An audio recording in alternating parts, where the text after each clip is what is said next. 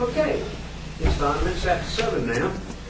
So I will open the public hearing for the special use permit application. Justice Justin Setzer and John Henning is going to help with this. And so the first thing that I have to do on this, I've got to swear everybody in that will be speaking. Okay, everybody that's going to be speaking that has a stake in this project, if you'll just come up, I'll swear everybody in at the same time. So I guess I just have two, is that right? Is there anyone else? Anyone sign up? I have not gotten anybody else, so I'll just... Okay, if you will, raise your right hand. Do you solemnly swear to tell the truth, the whole truth, and nothing but the truth, so help you God? Thank you, gentlemen.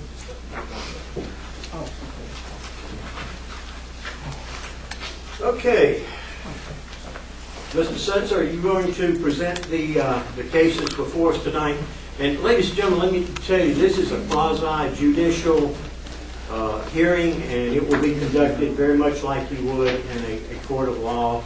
And so we won't be accepting anybody that just has an opinion or anything. Everybody will be having to deal strictly with facts, and we only have two people. Mr. Setzer. All right. There's a section on the board conflicts. Yes, I'm sorry. Okay, you're exactly right. Let me ask, does any board member have any conflict of interest whatsoever in this project that's going in tonight, or that we're going to approve? And if you do have any kind of conflict in this, state it now if you do, or just let me know. No one seems to have any conflict whatsoever. So you're ready to proceed? Okay. Before you tonight, you'll see a special use permit. This is for Workforce Homestead, which is by Mr. Jimmy Means here at this end tonight. This is for a 60-unit affordable housing apartment development on Silo Road on 5 acres. It actually will be 4 structures, 3 main structures, which will be apartments and a clubhouse. Mr. Meehan has submitted all of his preliminary plans, which I found sufficient and everything per our UDO. Also in your packet, you should find an aerial photo, which is kind of showing the general area on the property. There was a neighborhood compatibility meeting held on March 20th, 2015 at 5 p.m. here at Town Hall. Notice was sent to all neighboring property owners within 400 feet, and you should find that statement as well with the everybody that attended. The only ones attended was myself and Mr. Germain.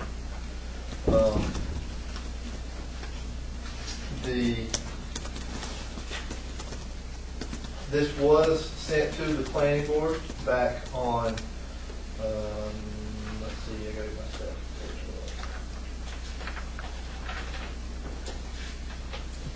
This was sent back to the planning board on March the 16th for their recommendation. The staff report, or the planning board met. You'll find their findings of facts in your report under special use permit findings of fact with their set questions. They since approved this, sent the recommendation on for approval with the added conditions that Mr. Germain install a sidewalk along Silo Road to link to the property and a right-hand turning lane into the property, which would be heading west on Silo Road to ease traffic. You should also see that is also in the findings of fact as well. Right. Coming from the 440.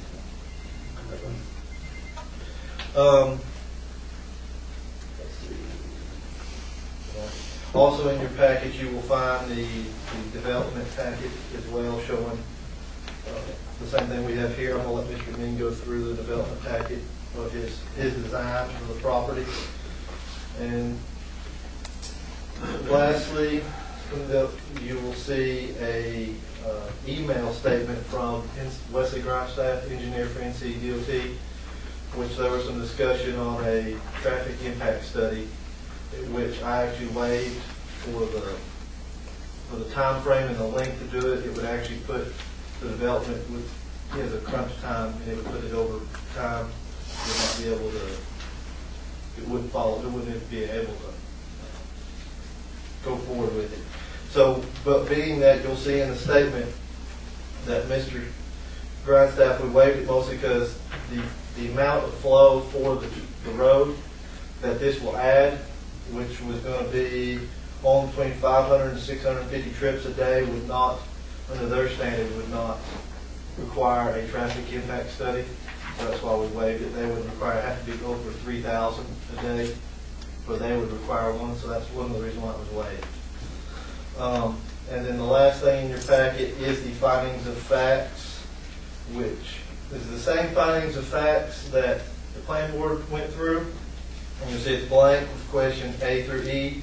These questions are in our UDO, which after we were done, before you take a motion, you need to go through all those questions and answer them thoroughly. Any more questions from me? Does that encompass your testimony from the staff, or do you have? Yes, from the staff. Okay, all right. Any questions of Mr. Spencer? Thank you, sir. All right, the next will be the testimony from Mr. Jim Yin, who is the applicant.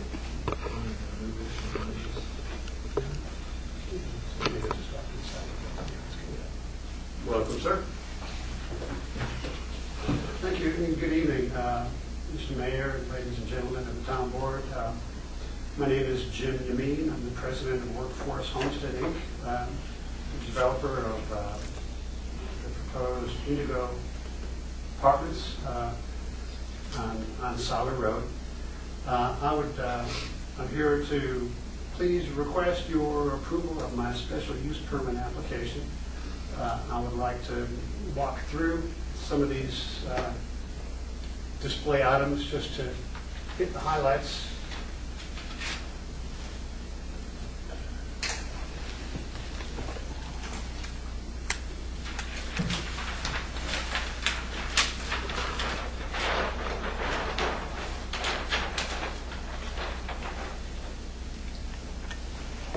I've got a contract for 5 acres, which have been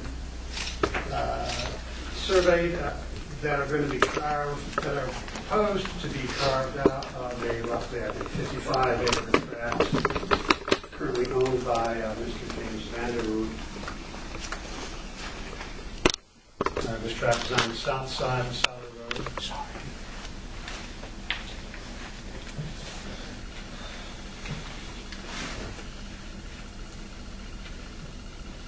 There's an existing driveway serving a private residence, Mr. Dills, and obviously going to be maintaining that driveway.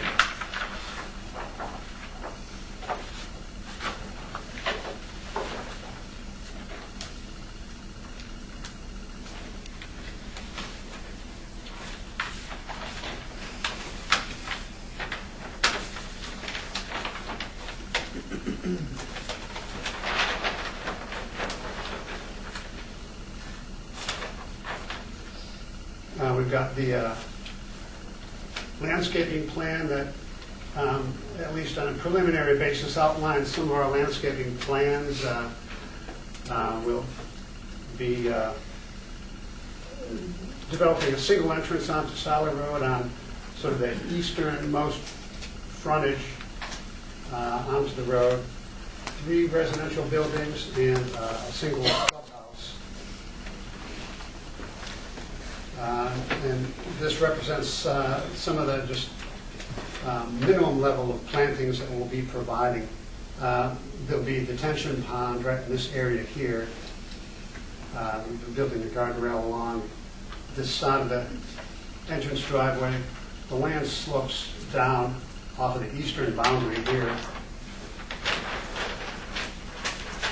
And this grading and drainage plan shows some of the topography.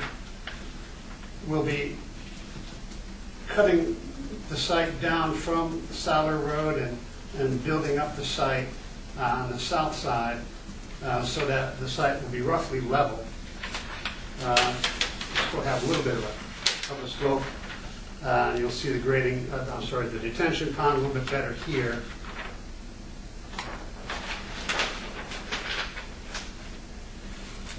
This shows the proposed connections to water. There's a fire hydrant here and sewer. There's an existing sewer line here.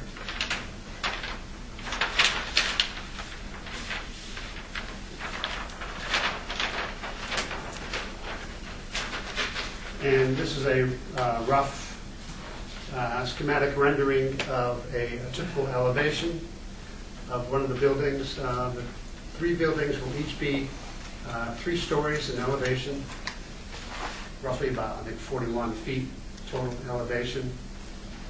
The exterior materials will be a combination of brick and hardy plank shingles and hardy plank siding. The appearance will be very similar to the existing development, a little over a mile away, Westgate Terrace, actually using the same architect, as it turns out. We've updated some design features, so hopefully we'll be a little bit more current and up to date in some of the details design-wise. There'll also be on site I mentioned the freestanding clubhouse.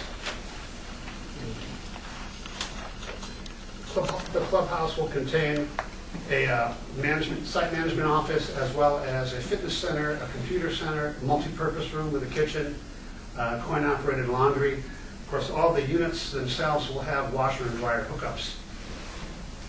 There will also be a playground, a separate tot lot, and a covered picnic area with benches and a grill. Sidewalks throughout, connecting all the areas in the development. All areas of the development will be handicap accessible. The entire development will be designed and built to comply with Energy Star 2.0 standards, so it'll be a very energy efficient development. And to the point of tonight's process with the town board, I want to just summarize that the application does meet all of the town's requirements as per the Unified Development Ordinance, and it does also comply with many of the principles as stated in Thomas Franklin's Principles of Growth. I think it's in a great location. There's been a market study done, and it documents a continuing need for more good quality affordable housing. Again, I would please request that the town favorably consider the application for a special use permit. Thank you. Thank you, Mr. Green. There were no... Mr. Mayor? Yes. Can I ask Mr. Certainly.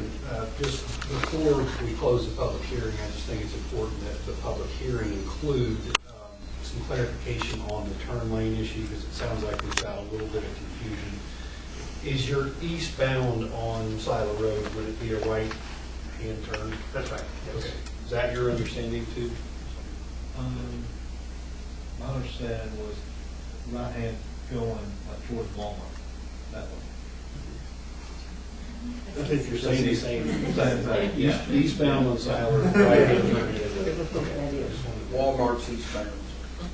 Okay. And we're talking about also the boundary for the sidewalk is on the northern boundary of the property. Is that? That's right, yeah. Is that your understanding? Justin, is that your understanding?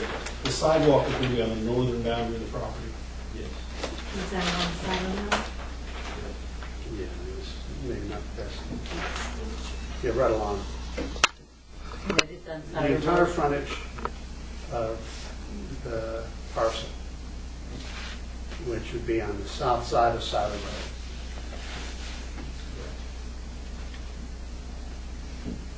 Thank you. Yes, sir. Thank you, counsel. There was no one signed up in any opposition whatsoever. And if there was, I would have had to swear them in. No. None whatsoever. Okay. The board, does the board have any questions or discussions of Mr. Yamin? Hearing none, I will entertain a motion to close the public hearing.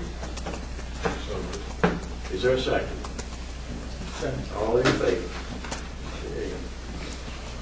All right, there's no, counsel, it looks as though there is no further information or evidence is needed at this point. So is there any reason to set a date to continue this hearing? I sincerely doubt it. If the board's ready to deliberate on the 5 findings of fact that you have to make in order to make a determination. Okay. So where do we go from here? Mr. Mayor, I would give me a hand here. I'd be happy to walk you through Let's- the findings of fact. You are entitled, so long as the planning board made findings of fact, made suggested findings of fact to adopt them, they did do so. As your land use administrator said, it's also important that there are findings of fact. You can't just rubber stamp and say, we say yes, because it sounds great to us. You really do need to have substantive findings. Having said that, if we go through these one at a time, I think that with some amendment, I would suggest to you that I think there are at least legally adequate findings of fact that were suggested by the planning board. So A is that the use for development is located, designed, and proposed to be operated so as to maintain or promote public health, safety, and general welfare. The planning board's finding was yes, if the developer installs a sidewalk along the development and right turning lane into the development. The reason I asked the questions of Mr. Yamin that I did was that I think my suggestion for this one, of course, it's entirely in the board's discretion, but that's an accurate finding if you further specify a right-hand turn lane from an eastern bound direction on Silo Road, and also that the sidewalk is to be on the northern boundary of the property or the south margin of Silo Road. Now, will each one of these need a motion to accept, or do we accept I it think as that a you group? can work on consensus. You can just ask if anybody's got any comments that work. Comments or discussion? Okay, let's move to the next one.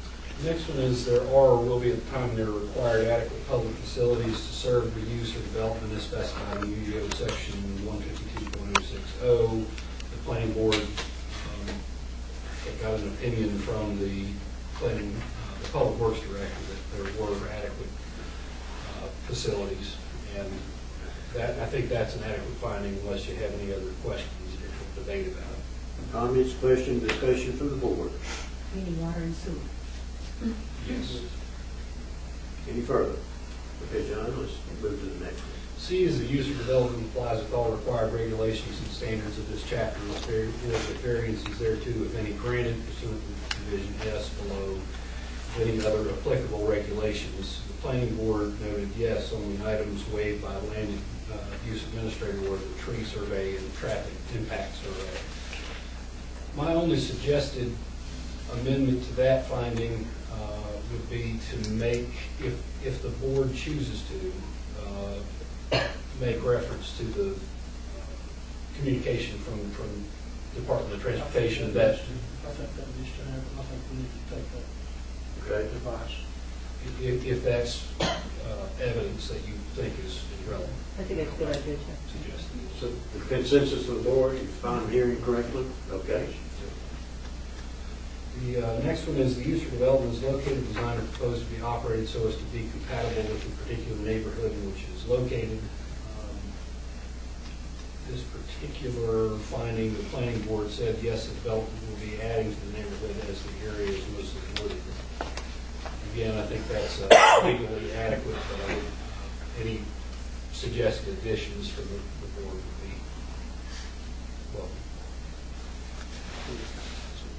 The board? Consensus? Okay. Councilman, that E is the use of development according to the general plans for the physical development of the town is embodied in this ordinance, the principles of growth, the thorough, fair plan, and any other duly adopted plans of the town. The planning board suggested finding was yes, as stated in the town of Franklin's principles of growth number 3, for more, and this actually says adorable housing. I don't know if you want to require it to be adorable. I don't know that you legally can require it to be adorable. how do you know that's wrong? It's pretty subjective. I don't know how you're going to know whether it's adorable. So I would suggest that with the one that did edit, that word be changed to affordable. Is there any opposition to changing it to affordable? If so, I found that job. Can I ask, what is the definition of affordable? I don't know that our principles of growth define it necessarily. I think that my understanding of this project, and since the hearing is closed, I don't know how much you can take into account what I'm about to tell you, but my understanding of this project is that it fits inside a government supplied definition of what is affordable. And that is part of the reason for the project. He's going to talk. You can't ask questions. I'm sorry? He went to. Can Mr. Yameen, I'm just curious about it. I don't know. The hearing has been closed. During the, when we had the discussion of the motion. Council, I think that would be acceptable. Okay. All right, are there any other points that we need to make, Councilman? No, sir. If that's a consensus for what the wording and the finding would be, it would be appropriate to have a motion to approve it. Approve the, okay. Approve the findings of fact. And essentially that also will be to approve the special use application. Okay, can we do them both together? Okay. Yes. I'll entertain such a motion. I move that we approve. Okay. Is there a second? I'll second. Okay, all in favor? Okay, so then we can move on now, and we will be, how are we going to do that, Councilor? Just to answer Ms. McRae's question. I think the board is back into just a regular Regular session. session discussion of We have it's been approved. sanctioned part of this. Yeah, that's right. And so if Mr. Yameen would. Okay. Yes, if you will now. I'll be, the schedule that Justin Setzer referred to is the schedule for the application for 2015 federal housing tax credits administered by the North Carolina Housing Finance Agency. It's actually 11 days, and I need to get final approval of the special use permit as part of my tax credit application.